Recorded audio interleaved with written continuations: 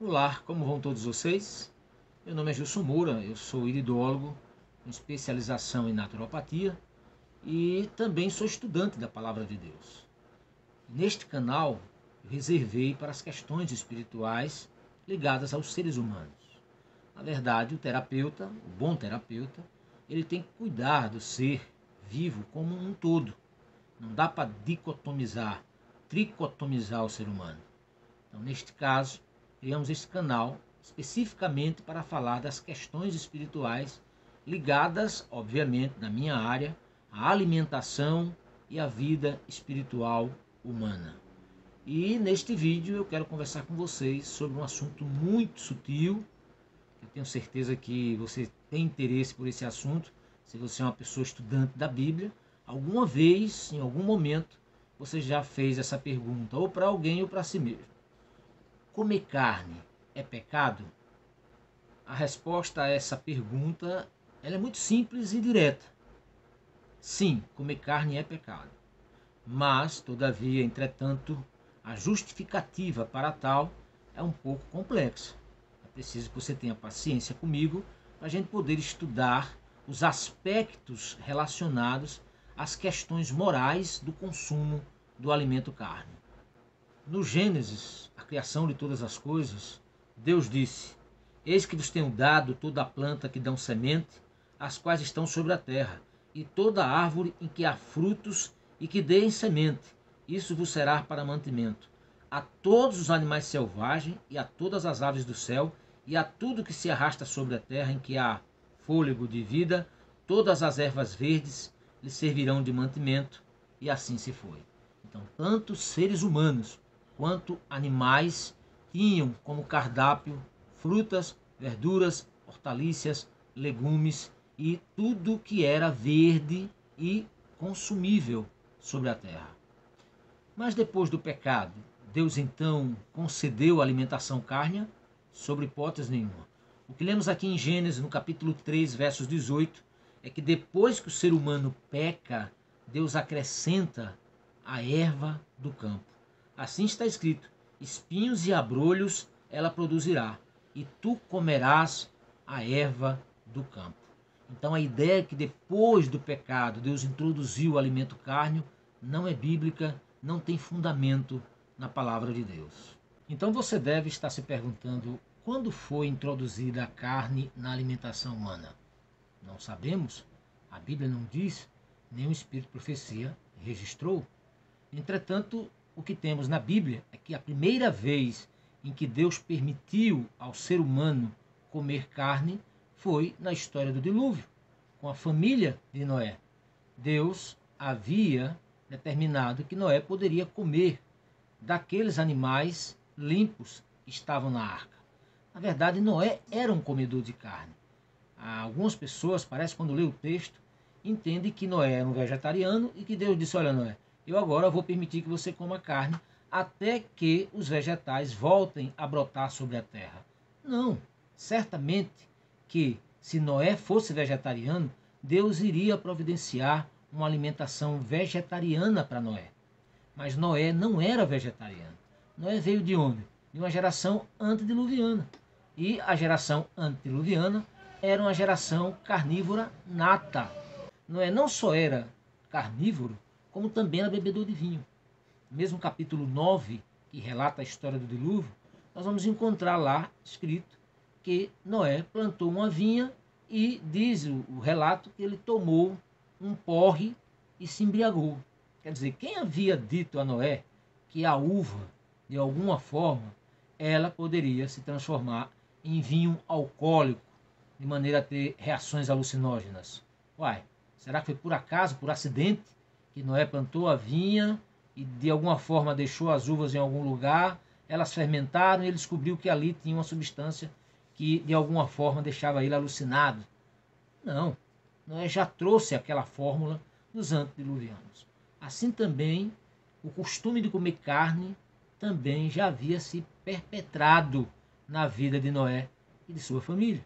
E Deus, em sua sapiência e misericórdia, não quis colocar aquele peso sobre nossos primeiros ancestrais.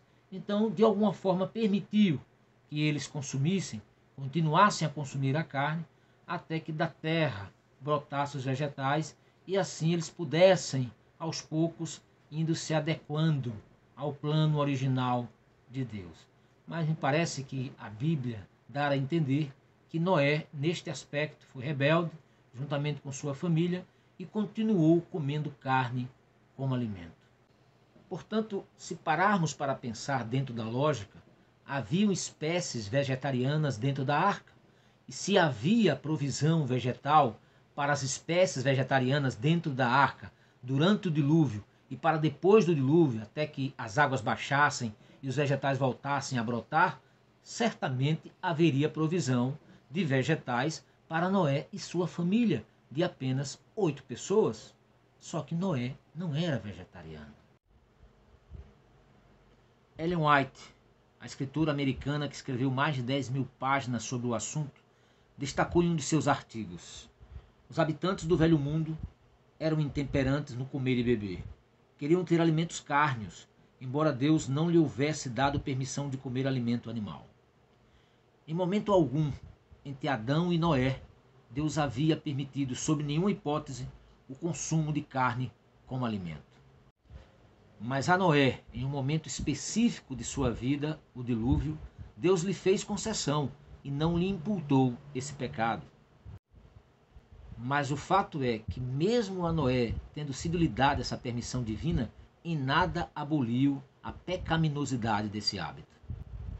Lembram do caso de Raabe, que quando lhe foi perguntada se os espias de Israel estavam dentro de sua casa, ela respondeu que não? Raabe mentiu, porque sob qualquer circunstância o pecado da mentira é condenável, mas Deus não lhe imputou esse pecado. E por isso podemos ler na lista dos heróis da fé de Hebreus 11 o nome de Raabe. Uma coisa que jamais devemos confundir é a concessão ou permissão de Deus com vontade absoluta de Deus.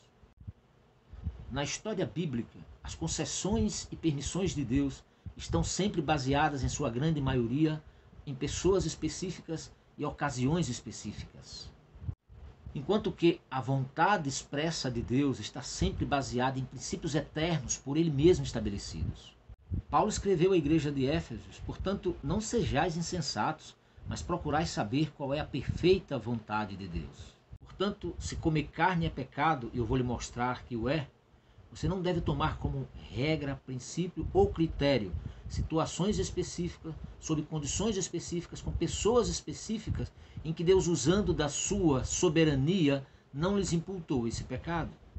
Não devemos jamais passar do que está escrito, porque isso pode custar a salvação das nossas almas. Paulo escreveu aos Romanos: bem-aventurado é o homem a quem Deus não imputa pecado. Esse foi o caso de Noé. O Deus que conhece os corações, que vê o fim desde o começo, ele não leva apenas em consideração o pecado, mas as razões que te levaram a pecar. Mesmo fazendo concessão com Noé sobre o alimento cárneo, Deus não só lhe advertiu, como também lhe preveniu dos perigos que esse tipo de alimentação poderia lhe trazer. A razão de Deus parecia vaga e sem sentido, porque a vida da carne está no sangue, declarou Deus. Mas se analisarmos essa declaração de maneira mais profunda, o que estaria por trás dessa declaração divina? Certamente o forte dessa declaração está no verso 5 do capítulo 9. Ele diz: o sangue de vossas vidas requerereis, tanto do animal quanto do homem requerereis. Esse texto talvez quebre alguns paradigmas, porque segundo a luz desse texto, tanto o homem quanto animais prestarão contas de suas vidas perante Deus. Isso certamente quebra esse dogma estabelecido de que os animais são inferiores aos homens em suas existências. Analise comigo: se a vida tanto dos seres humanos quanto dos animais está no sangue, então o sangue tem que voltar para a terra para que possa se cumprir a grande lei natural que foi estabelecida depois do pecado. Tu és pó e ao pó tornarás. Ao comer o sangue de um animal, você destrói a existência daquele animal. Portanto, o sangue daquele animal será cobrado das suas mãos. O método de abate utilizado hoje para animais de consumo permite que de 10 a 12% do sangue fique retido nos tecidos e nos vasos sanguíneos desses animais. podemos ver claramente que o pecado do consumo de carne com sangue é um pecado moral. As ordens de Deus com esse respeito foram claras. Nenhum sangue comereis em qualquer de vossas habitações, quer de aves, quer de gado. Toda pessoa que comer algum sangue será extirpada do meio do povo.